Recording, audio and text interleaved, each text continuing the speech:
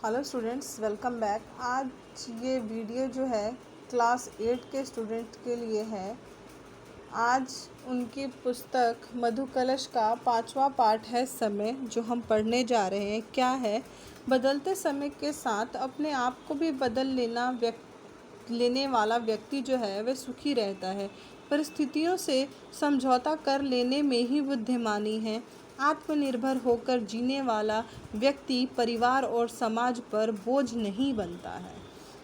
चलिए पढ़ते हैं। क्या है? पापा के रिटायर होने के 1.5-2 वर्ष पूर्व से ही चिंता सिर उठाने लगी थी कि रिटायर होने पर अवकाश का बोझ कैसे संभालेंगे। अपनी इस चिंता को दूर करने के लिए वे प्रायः ही कहने लगते, लोग रिटायर होकर निरुत्साहित क्यों हो जाते हैं। सोचिए, नौकरी करते समय अवकाश के दिन कितने प्यारे लगते हैं। जब दीर्घ श्रम के पुरस्कार में पूर्ण अवकाश का अवसर आ जाए तो निरुत्साहित होने का क्या कारण। उनसे तो अपने श्रम का फल मानकर उससे पूरा लाभ उठाना और संतोष पाना चाहिए। सर्विस के समय गर्मियों के महीने 2 महीने हिल स्टेशन पर जाने का पापा का बड़ा शौक था। प्रति वर्ष नहीं तो दूसरे वर्ष अवश्य पहाड़ पर जाते थे। पहाड़ जाते तो चढ़ाइयों और ढलानों पर चल सकने के लिए 1-2 छड़ियाँ खरीद लेते, परंतु लखनऊ लौटने पर बाजार या सैर के लिए जाते समय छड़ी उनके हाथ में नहीं रहती थी। कभी कभी कुत्तों से सावधानी के लिए छड़ी हाथ में ले लेते थे, पर उसे टेक कर नहीं चलते थे। छड़ी को पुलिस या सैनिक अफसरों की तरह हाथ में लिए रहते। छड़ी टेक कर चलना उनके विचार में बुढ़ापे की निशानी है। पापा सायंकाल समय टहलने अथवा शॉपिंग के लिए जाते समय केवल मम्मी को साथ ले जाते थे। बच्चों को साथ ले जाना उन्हें कम पसंद था। तैयार होने से पहले ही हम लोगों को नौकर या आया के साथ घूमने भेज दिया जाता था। बच्चों को बाजार ले चलने की अनिच्छा में संभवतः पापा की बुजुर्ग न जान पड़ने की भावना मन में रहती थी। रिटायर होने पर पापा ने एक अच्छी खासी दिनचर्या बना ली थी। उन्होंने पहले ही योजना बना ली थी कि वे एक पुस्तक लिखेंगे, जिसके लिए कम से कम 2 घंटे के विषय में अध्ययन करते रहते थे।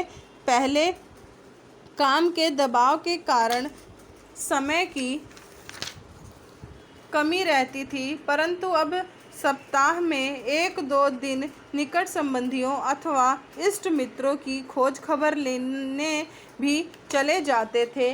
पापा के स्वभाव और व्यवहार में कुछ और भी परिवर्तन आ गए थे। पहले उन्हें अपनी पोशाक की चुस्ती और व्यक्तिगत उपयोगों की बढ़िया चीज़ों का शौक रहता था, पर अब गत वर्षों से जाड़े के आरंभ में मम्मी हर बार उनसे एक नया ऊनी सूट बनवा लेने का अनुरोध कर रही थी, परंतु वे पुराने कपड़ों को काफ़ी बताकर टाल देते थे। यही बात जूतों के मामले में भी थी। लगता था पापा अपने शौक और रुचियों को बच्चों द्वारा पूरी होते देखकर संतोष पाते थे।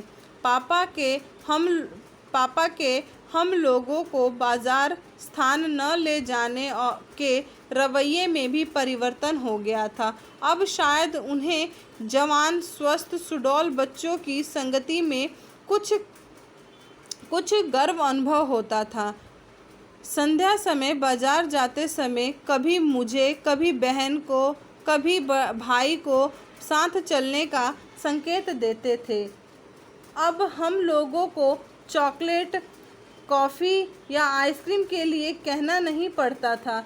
वे स्वयं ही कहते, कहो क्या पसंद करोगे, कॉफ़ी लोगे या आइसक्रीम।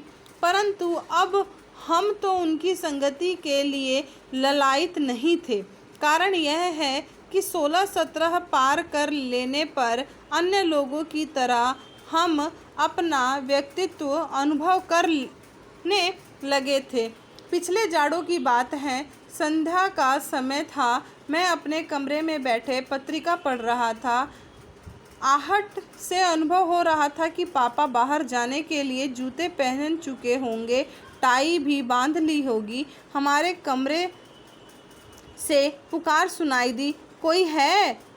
हजरतगंज की सवारी। पापा की पुकार सुनकर ऊपर से पुष्पा दीदी के कमरे से उनका स्वर सुनाई दिया, मिंटू जाओ पापा के साथ घूम आओ। मिंटू अपने कमरे में रेडियो सुन रहा था, वहीं से उत्तर आया, तुम भी क्या दीदी बोर करती हो? बुड्ढों के साथ कौन बोर हो?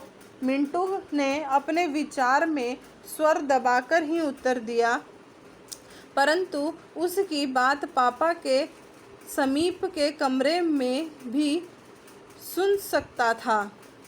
पत्रिका आंखों के सामने से हट गई, नज़र पापा के कमरे में चली गई। पापा ने ज़रूर सुन लिया था।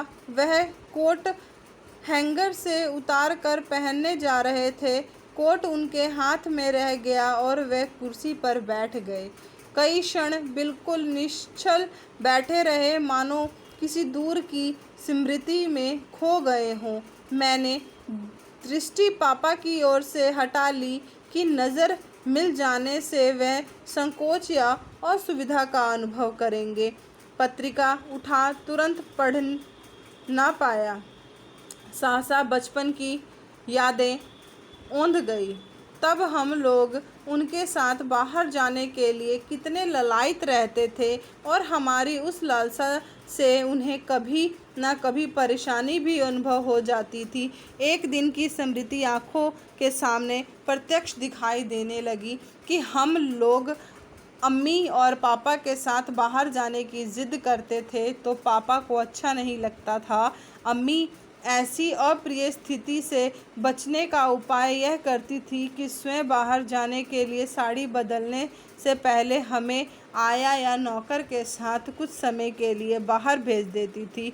हम लोगों के लौटने से पहले ही अम्मी और पापा बाहर जा चुके होते थे। आज पापा के साथ चलने के अनुरोध का उत्तर मिंटू दे रहा है और बोर बूढ़ों के साथ बोर। पापा सहसा मानो दृढ़ निश्चय से कुर्सी से उठ खड़े हुए, कोट पहन लिया और अम्मी को संबोधित कर पुकारा, सुनो, कई बार पहाड़ों से छड़ियाँ लाए हैं, कोई एक तो दो। एक छड़ी मैंने उठाकर अपने कमरे में रख ली थी। पापा को उत्तर दिया, एक तो यहीं पड़ी है, चाहिए? और छड़ी कोने से उठाकर पापा के सामने कर दी। हाँ, यह तो बहुत अच्छी है। पापा ने छड़ी की मूठ को हाथ से सहलाकर कहा और छड़ी को टेकते हुए किसी की ओर देखे बिना घूमने के लिए चले गए। मानो हाथ की छड़ी को टेक कर उन्होंने समय को स्वीकार कर लिया था। यही है आपकी कहानी समय, कि समय के साथ जो है वह सब कुछ बदलता है।